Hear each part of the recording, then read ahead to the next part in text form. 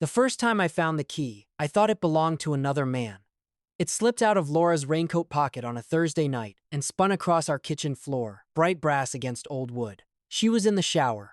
Her coat hung over the chair because she always forgot the hook by the door. When I bent down, a photo slid out with it. Laura stood outside a cheap roadside inn with a tall, thin kid in a gray hoodie. He couldn't have been more than 18 or 19. His shoulders were hunched against the rain, and Laura had one hand on his arm like she was afraid he might disappear if she let go. On the back of the photo, someone had written in blue ink, "Don't tell Nate until he's ready. My name is Nate." I stood there with the key in one hand and the picture in the other, while the coffee I had reheated twice went cold beside the sink. Rain tapped the kitchen window. The house smelled like wet wool, old wood, and the garlic I had burned waiting for my wife to come home. That was the moment I realized there was a door in our marriage I did not have a key to. Before that night, I would have told you Laura and I were fine. Not perfect. I'm 39, and I've worked too long with busted locks and stripped screws to believe anything used every day stays perfect. But we were solid, or I thought we were. We had a small blue house in Tacoma, gutters I kept meaning to replace, and a maple tree that dumped leaves on the driveway like it held a grudge. I'm a locksmith. Most days are quiet. I unlock cars for people who swear they only put their keys down for 1 second. I rekey apartments after breakups. I change deadbolts for widows who apologize for being nervous, then watch me test the lock 3 times before they breathe right again. My van is white, dented on the passenger side. With Harris Lock and Safe on both doors and letters Laura painted herself the year I went independent. It smells like metal shavings, coffee, and peppermint gum. I know the sound of every tool in the back. Laura used to say I noticed small things because I trusted them more than big declarations. She taught art at a middle school on the south side. Most days she came home with paint on her cuffs or charcoal on her face she didn't know about. She would drop her tote bag by the counter like it had insulted her, then lean in until I kissed whatever part of her was closest. We had built our marriage out of small repairs. That was how I understood love. A tightened screw, a remembered appointment, a hand on your back in a crowded grocery aisle. Things that don't look like much until they're gone. There was one room in our house Laura rarely entered, and that was the garage. Not because I told her not to. She just knew. Against the far wall, behind old paint cans, was a green toolbox that had belonged to my younger brother Caleb. I had not opened it in 7 years. Caleb was loud where I was careful. He spent money he didn't have, made promises he couldn't keep, charmed people until they forgave him for things they should not have had to forgive. The last time I saw him, he asked me for help behind a diner in Olympia. I told him I was done cleaning up after him. I told him family was not a lifetime permission slip. He looked at me like he wanted to argue, then just nodded. 3 months later, he was gone. After the funeral, I took his toolbox because no one else wanted it. I brought it home, set it in the garage, and locked away the version of myself that still had a brother. Laura knew not to push. That was one of the reasons I loved her. The first change came so small I almost missed it. Laura started coming home late on Tuesdays. She would walk in around 8:30, hair frizzed from rain, apologizing before I could ask. "Kids stayed late," she said one night, dropping her keys in the bowl. Maya spilled blue ink on 6 finished pieces. There was drama. "I saved you pasta," I said. "It's probably rubber now." "You're a good man," she said, kissing my cheek. Then her phone buzzed in her coat pocket, and her whole body tightened. She took the call on the porch. That was unusual. Laura left her phone everywhere, once even in the freezer beside a bag of peas. But that night she stepped outside and closed the door softly. I watched through the glass. She stood under the porch light with one hand pressed against her mouth. I couldn't hear the words, only the rhythm. Low, careful, tender in a way that made me look away. When she came back in, rain beaded on her hair. "Everything okay?" I asked. "Student stuff," she said too quickly. "One of my kids is having a hard time." Then came the receipt. It was tucked under the passenger seat of her car when I borrowed it to pick up paint samples. A folded slip from an art supply store downtown. Expensive sketching pencils, a watercolor set, and a men's gray hoodie, size large. When Laura saw it on the counter that evening, her face changed. Not much. A blink. A pause before she reached for it. "Supplies for school," she said. The hoodie was for the donation bin. "One of the boys came in soaked last week." "One of the boys?" She looked at me, and something passed behind her eyes. "A student, Nate." I nodded like that settled it, but for the first time in years I noticed the space between what she said and what she did not say. After that, the little things began adding up. She changed the passcode on her phone. She started keeping the door to her home office closed. A narrow drawer in her desk, the one where she kept old photos and thank you notes, had a small brass lock on it I didn't remember installing. One Saturday morning, I came home early from a job because a client had listed the wrong address. The dryer was running. Laura was in the hallway, phone against her ear, whispering. "He asks about him," she said. "I don't know how to tell Nate." I stopped with my hand still on the doorknob. Laura turned and saw me. "I have to go," she said into the phone and hung up. "Who asks about who?" I asked. She swallowed. "It's about a student." "That student again?" "Nate." My name in her mouth sounded like a warning. "What's going on?" She looked toward her office door, then back at me. "It isn't my story to tell." I hated that answer. I hated it more because it sounded noble. I wanted to be the kind of husband who trusted his wife without needing the whole map. Instead, something scared settled into me. It wasn't jealousy exactly. It was the feeling of standing outside a locked room in my own house while the person I loved held the only key. For 3 more days, I said nothing. I went to work. I opened cars, changed locks, cut keys, and pretended my hands were steady. All day, I dealt with locks because someone had lost access to something that used to be theirs. All night, I watched my wife drift around our house like she was already practicing leaving it. On Wednesday, I saw her car. I had finished a call near the port, a warehouse office with a back door that wouldn't latch. I was driving back toward I-5 when I noticed Laura's blue Subaru parked outside a brick building with a faded sign, Sound Bridge Youth Renan Center. She had told me she was staying late at school. I pulled into a spot half a block away and sat with both hands on the wheel. I told myself to leave. There were 100 decent explanations. Laura helped kids. Laura showed up. Laura was exactly the kind of person who would volunteer at a youth center and forget to mention it. Then the door opened. Laura stepped out first, holding a paper coffee cup. Behind her came the boy from the photo. He was tall, all elbows and angles, swallowed by the gray hoodie from the receipt. His hair fell into his eyes. He looked too young to be dangerous and too old to be one of her students. Laura said something to him, and he gave a half smile that disappeared almost immediately. Then he hugged her. It was quick, awkward. He leaned in and pulled back fast, as if contact cost him something.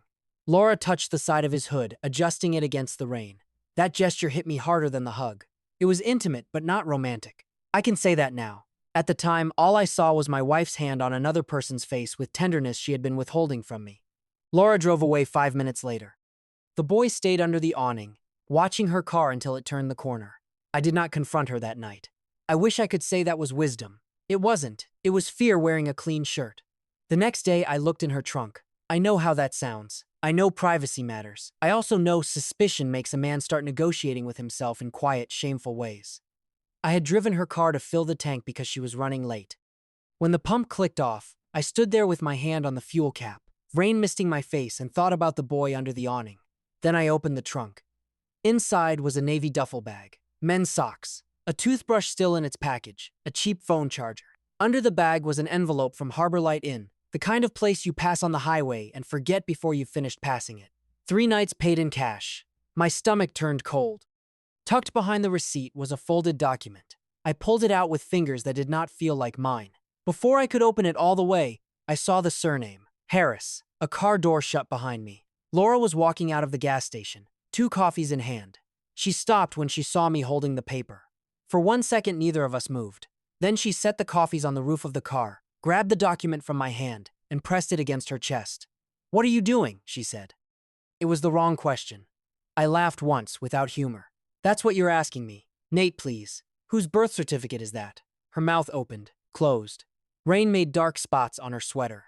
One of the coffee lids popped loose, and a thin brown stream ran down the windshield. "I can't tell you here," she said. "You can't tell me here," I repeated. "Can you tell me anywhere?" Her eyes filled, but she did not answer. That was the moment I began to believe the worst version of the story, because the woman who could have saved me from it chose silence again. At home, the house felt smaller. I put the Harbor Light envelope on the kitchen table. Laura stood across from me, still holding the folded paper. The yellow light over the sink buzzed. A bread knife lay on the cutting board. Rain dripped from the hem of her coat and gathered on the floor in small dark circles. I took the strange key from my pocket and placed it between us. "What does it open?" She looked at it like it was alive. "A room. At the inn, Nate." "How long?" She flinched. "How long what? How long have you been building a life I'm not allowed to see?" Her face crumpled, but I did not soften. I was past the point where tears could guide me. "He's not what you think," she said. "Then tell me what he is." She covered her mouth with one hand. I waited. She shook her head. Something inside me went very still. You let me find receipts and photos and motel keys, like I'm some stranger you rent space from. That isn't fair. No, I said. It isn't. She stepped back. I wanted to tell you. But I promised him I wouldn't until he was ready. The words landed badly. Him. There it was again. A person with more claim to my wife's honesty than I had. A person she protected from me. I looked at the photo on the table. Laura and the boy outside the inn. Don't tell Nate until he's ready. Who is he? I asked. Laura closed her eyes. When she opened them, there was something in her expression I had not seen before. Not guilt. Grief. His name is Mason. She pressed the folded document flat on the table but kept her palm over the middle of it. He's 18. And he's not my student. That should have relieved me. It didn't. He came to Soundbridge 2 months ago, she said. One of the counselors used to teach with me. She called because Mason had my name written down, but he was too scared to contact us directly. Use? Laura's breath shook. Move your hand, I said. Slowly she lifted her palm. The document was a birth certificate. The name at the top was Mason Eli Warren. Mother listed, father listed, Caleb Harris. For a moment, I could not understand the words. They sat there in black ink, official and impossible, while my mind kept trying to rearrange them into something else. Caleb Harris. My brother. The kitchen disappeared around the edges. I sat down because my knees had become unreliable. The chair scraped too loud against the floor. No, I said. Laura's voice was barely above a whisper. I'm sorry. No, Caleb didn't have a kid. He did. I would have known. She looked at me, and the sadness in her face made me hate her for half a second because I knew what she was about to say. Would you? She asked gently. That was cruel because it was true. I had made sure I did not know anything about Caleb at the end. I blocked numbers. I ignored messages from people who still drifted in and out of his life. When he died, I accepted the facts necessary to bury him and refused the rest. Laura reached into her cardigan pocket and took out another piece of paper, folded soft from being handled too many times.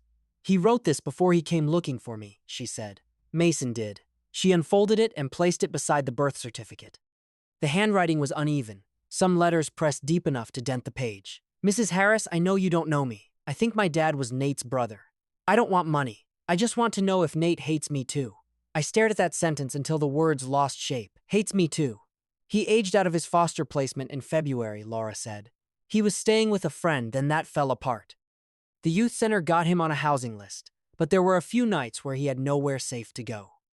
I paid for Harbor Light because it was the only place with a room, and because he panicked at the idea of coming here before you knew. I looked at the gray hoodie in the photo, the way his shoulders hunched as if he was trying to take up less space in the world. The clothes? I asked. He had one backpack. The art supplies? He draws. He's good, Nate. Really good. He sketches locks, actually. Old doors. Hinges. Things with mechanisms. That almost broke me, so I got angry instead. You should have told me. Yes, she said. No, don't just agree like that. I should have told you. Then why didn't you? For the first time all night, her voice rose.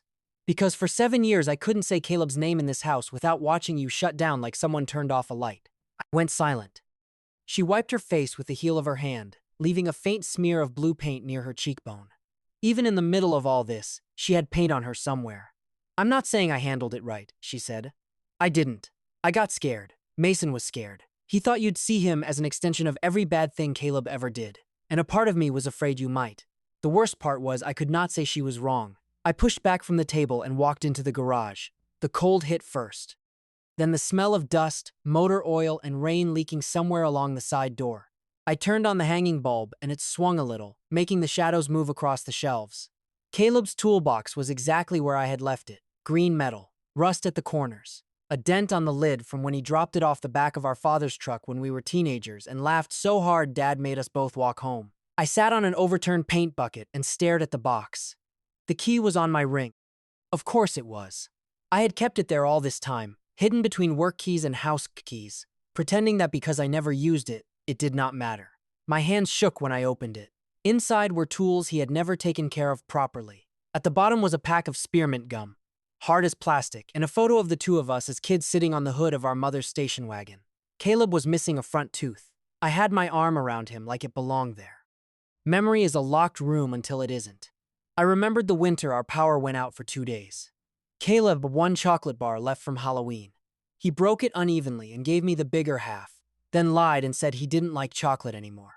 I remembered teaching him how to ride a bike. I remembered him showing up at my first apartment with a black eye and a joke ready. I remembered being tired of him.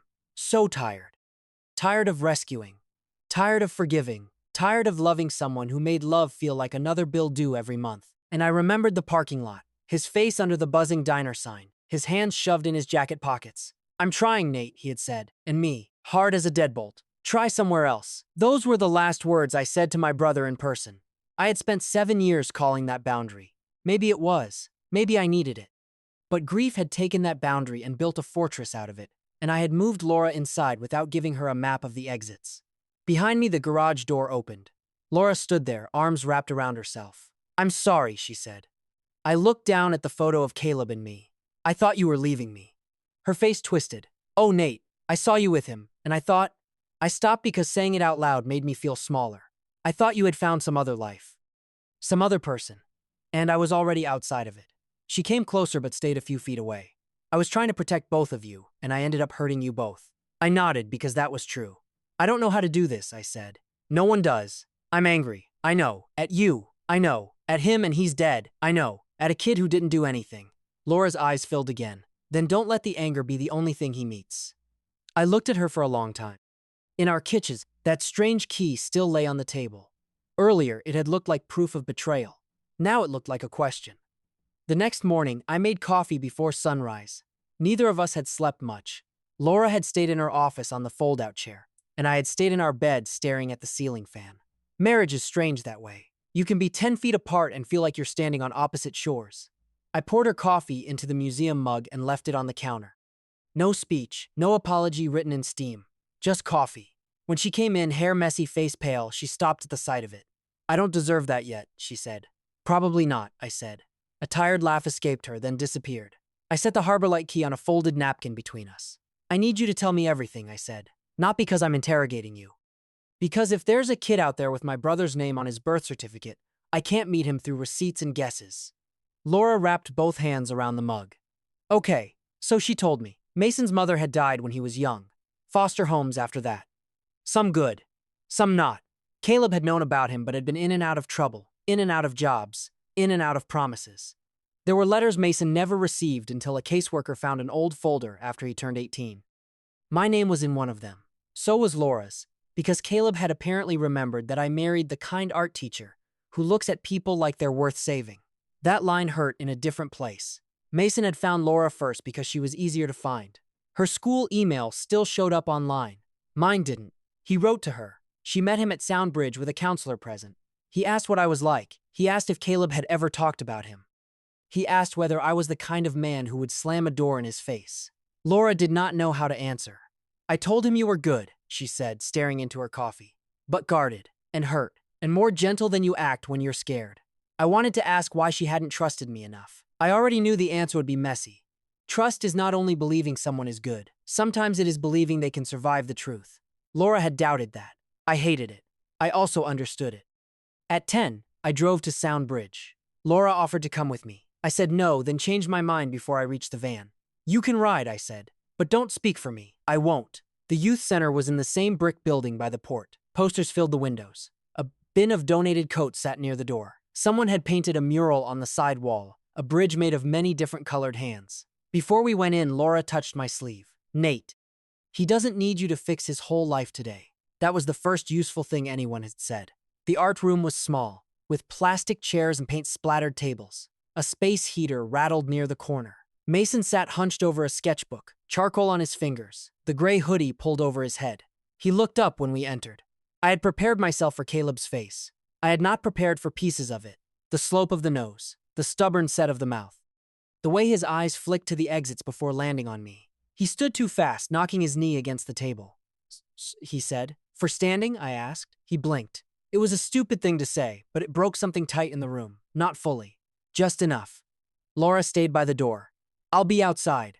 Mason watched her leave like a kid trying not to show he was scared.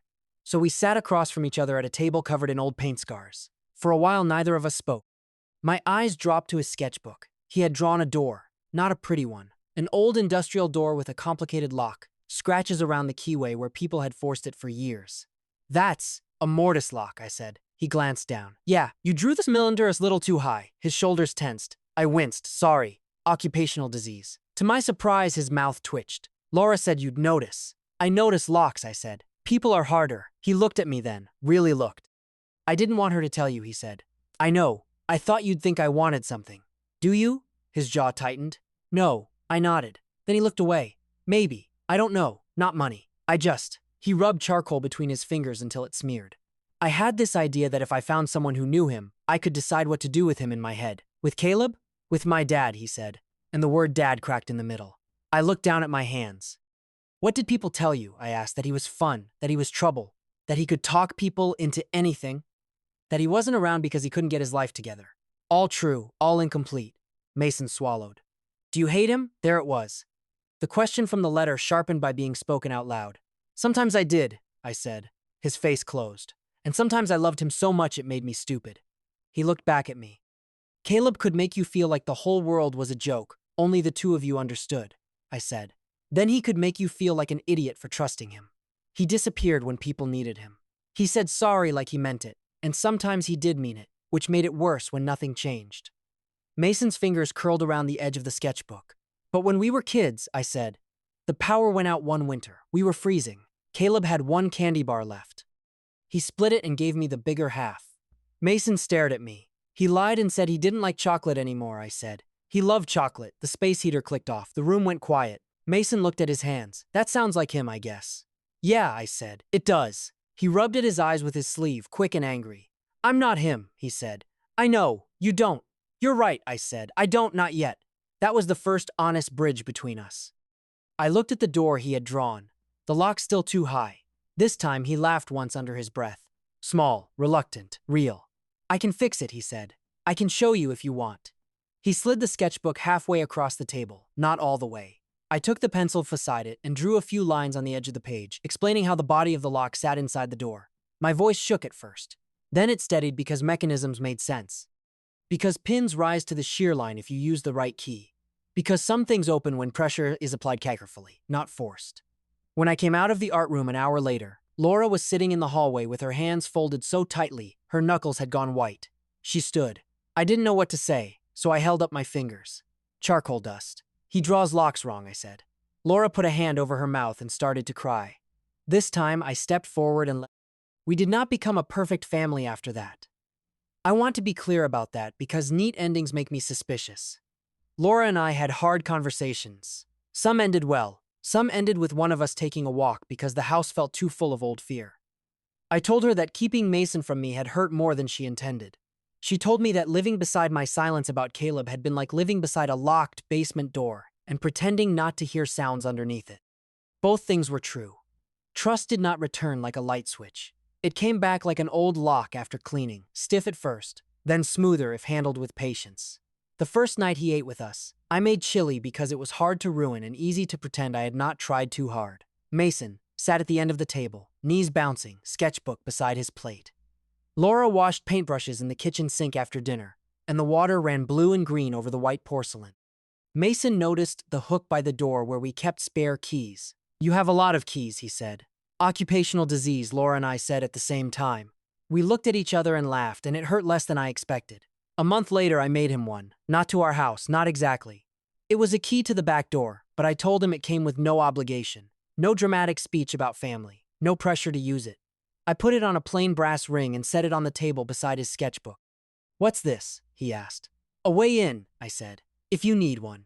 If you don't, it can sit in a drawer and mind its business. He picked it up like it might burn him. Laura stood at the sink, very still. Mason closed his fingers around the key. Okay, that was all. Okay, sometimes that is the biggest word a person can manage. It has been 6 months since I found the first key on our kitchen floor. We are learning to tell the truth sooner. Caleb's toolbox is open in the garage. I cleaned the rust off what I could. Some of the tools are useless. Some still work. I kept the old pack of gum because grief makes strange little museums out of ordinary things. The photo of us as kids is on the shelf above my workbench. That night, after Mason left, Laura found me by the door, looking at the hooks where our keys hung. Mine, hers, the spare, and the small brass one Mason sometimes used and sometimes didn't. You okay? She asked. I thought about lying because okay used to mean untouched, unbothered, sealed tight. Instead, I said, getting there. She slipped her hand into mine. I used to believe a locksmith was someone who understood how to open things. Houses, cars, safes, doors that refused to give. Now I think most of my life I was better at closing them. I could secure a deadbolt, change a cylinder, cut a clean key from a blank piece of brass. I could make a house feel safe from the outside. But the hardest door I ever faced was the one inside me, the one with my brother's name carved into it, the one Laura had been standing outside of for years, waiting for me to admit it was locked. I found one key in her coat and thought it meant betrayal. I was wrong. It was an invitation, a painful one, a badly handled one. One that arrived with secrets and fear and motel receipts, and every misunderstanding we could have avoided if either of us had been braver sooner. But it still opened something. And on the nights when the rain comes down hard against the kitchen window, when Laura's brushes dry by the sink and Mason's sketchbook lies forgotten on the table, I sometimes pick up that small brass key and turn it over in my hand. It is ordinary, light, easy to lose if you are careless. So I keep it on the hook where I can see it. Not because every door should stay open, because some should.